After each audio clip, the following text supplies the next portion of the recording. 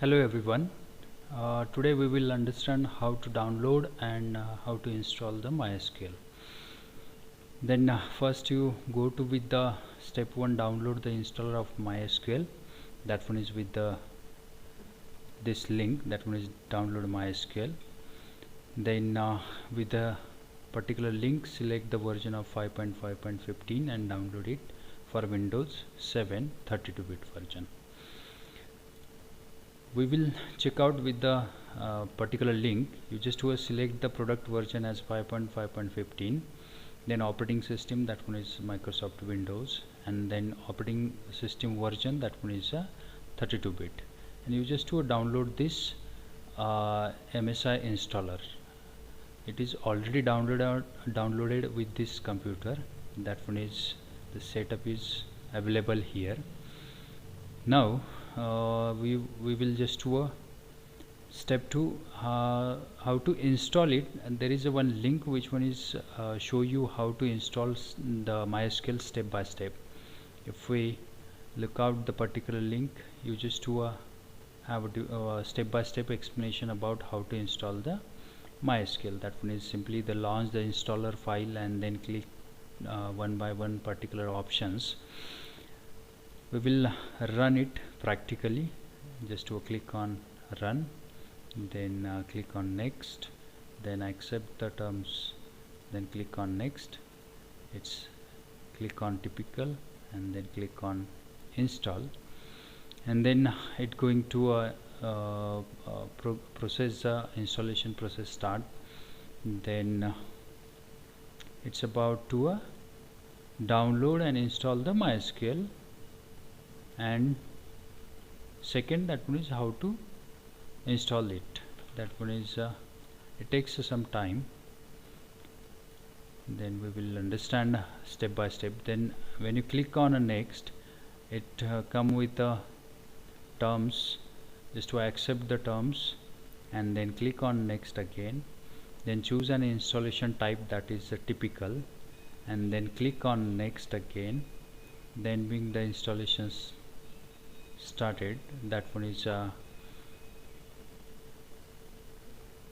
installation mode to begin the installation process, and then after the end of the installation, it's provides the or look like this type of a window. It's just to click on yes, and here is a installing process is going on, and then complete the installation. You come with this window. That one is you click on a finish, and then this file is copying is in process. Then it's okay. You just click on the enterprise subscription, click on the next and next, then click on finish. It's same window. Then it come with some next installer is a configuration, and this is the run instant configuration wizard. It's click on next again, then we will understand how exact. Okay, click the standard configuration, click the standard configuration, click on next, and then set the window option. That one is click on both checkbox. That one is bin directory in a Windows path and the installer Windows Surface. Then click on next, and then you just to choose a root password. That one is as per the your I just to mention as a root and root.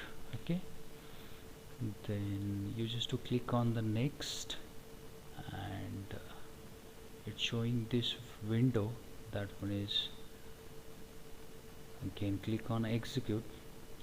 It execute all processes related to a configuration about the MySQL, and then at the end, it's after clicking on the execute, it install or configure all the processes of a MySQL server, and we will check it out what exact the process.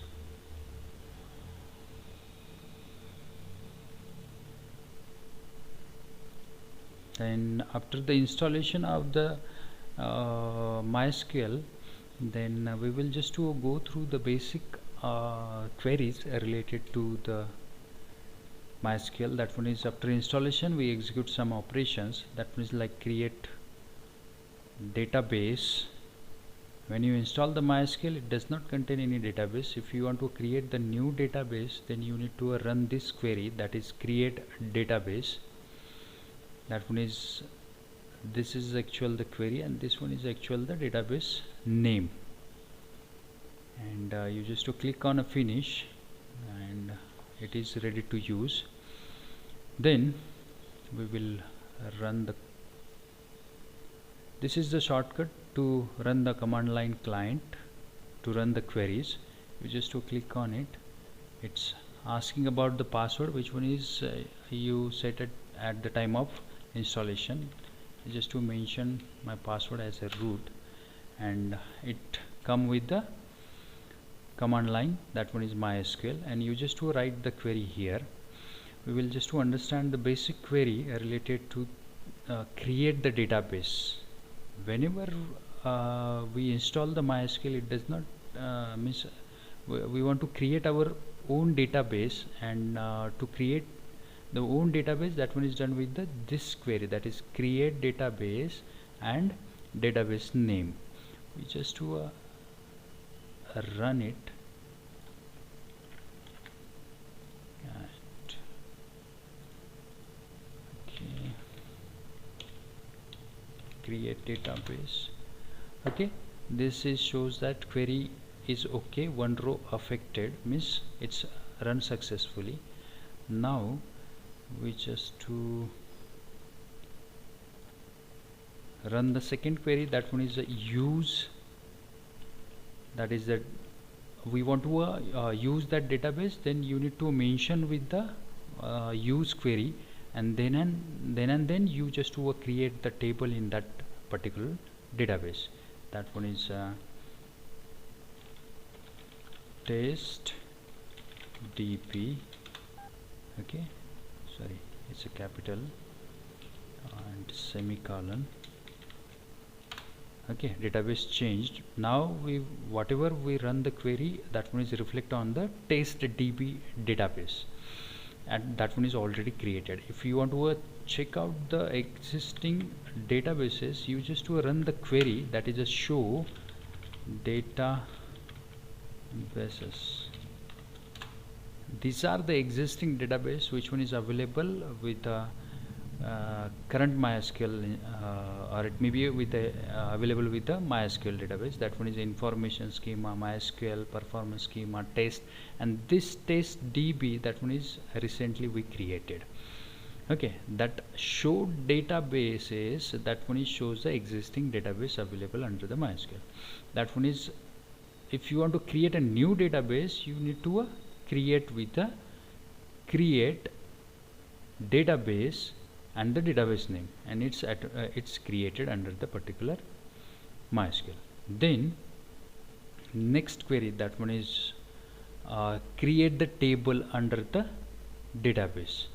That one is, we already use the test db database. If we create the table, that one is definitely comes under the test db database.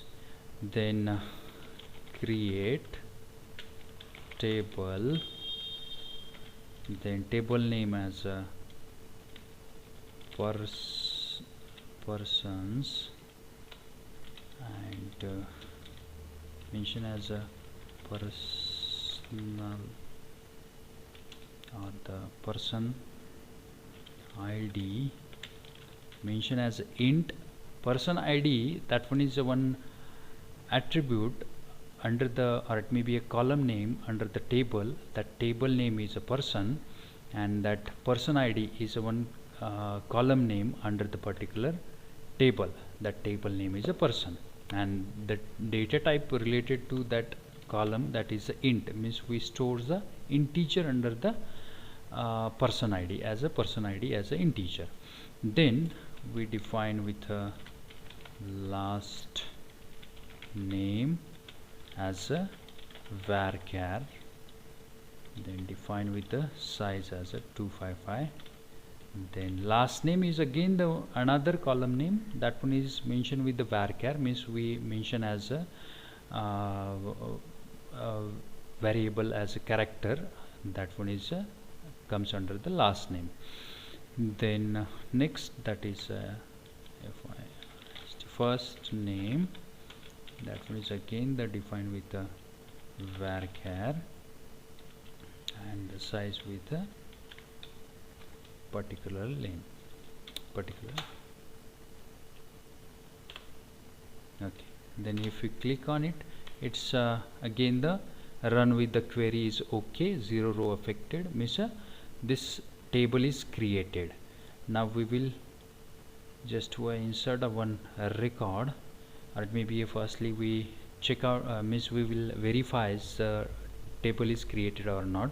We will just to run the one query, is a select star from table name, that one is table name is a persons, that one is a persons, okay, is a empty set, because of it does not contain any record, that's why it's mentioned as a empty set. Table does not contain any record, that's why it's mentioned as a empty set. Then now we will just to add the one record under the person table. The query is insert into persons, that is table name, and mentioning with the